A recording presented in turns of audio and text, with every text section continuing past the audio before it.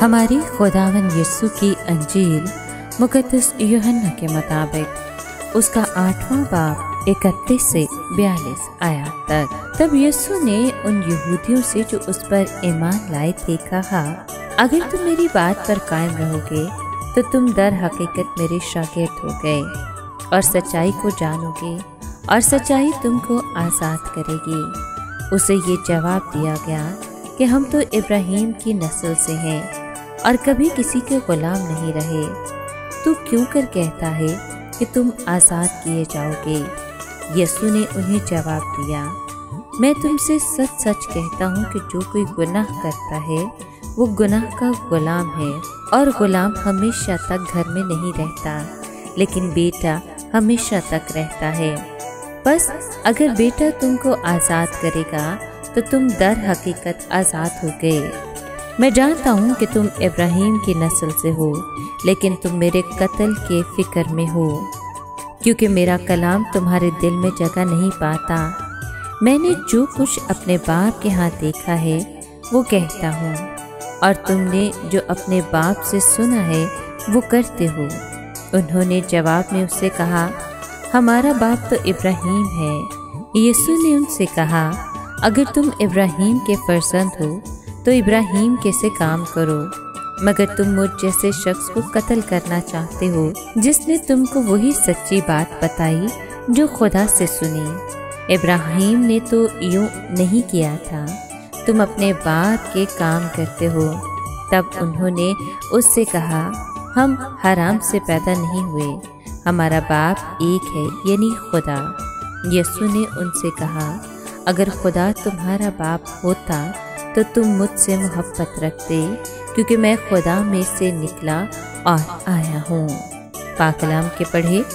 यीशु ने उनसे कहा, अगर खुदा तुम्हारा बाप होता तो तुम मुझसे मोहब्बत रखते, क्योंकि मैं खुदा में से निकला और आया हूँ, क्योंकि मैं आपसे नहीं आया बल्कि उसी ने मुझे भेजा है। पाक कलाम के पढ़े और सुने जाने पर खुदावंद की बरकत हो, खुदा का शुक्र हो। अजीज दोस्तों, यीशु ने यहूदियों को साबित करके दिखा दिया कि इब्राहिम उनके बाप न थे, और उन्हें उनके असली बाप को देखने की रुग़बत दिला दी, जिसकी वो पैरवी कर रहे थे। जिस तरह की उनका बाप था उसी तरह वो भी थे। यीशु ने मुख्तसर तौर पर ये बताया कि वो खुद को धोखा दे रहे हैं। मसीह यीशु ने कहा, अगर खुदा तुम्हारा बाप होता तो तुम मुझसे मोहब्बत रखते, क्योंकि खुदा मोहब्बत है ना कि नफरत। वो अपने बेटे से मोहब्बत करता है जो उससे निकल आया है, और बेटे में उसका जौहर मौजूद है। यीशु पल भर के लिए भी अपने बाप से अलग न हुआ, बल्कि वो एक वफादार रसूल के तौर पर उसकी खिदमत करता रहा। तब यीशु ने भीड़ से पूछा, तुम मेरी बातें क्यों नहीं समझते?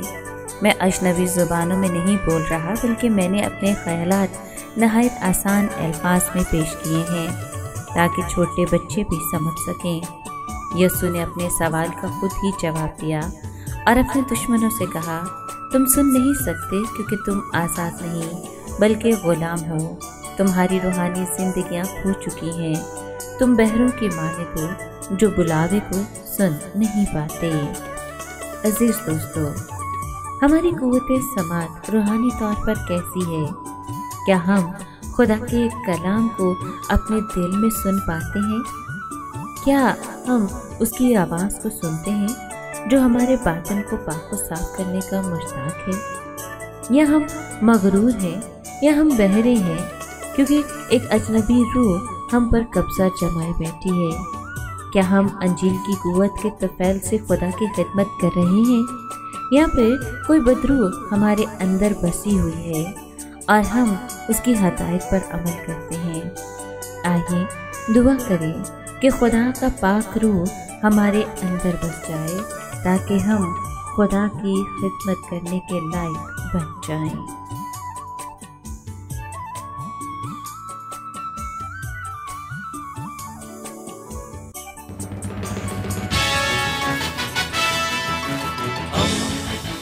दोस्ती का पैगंबर रेडियो वेरिता।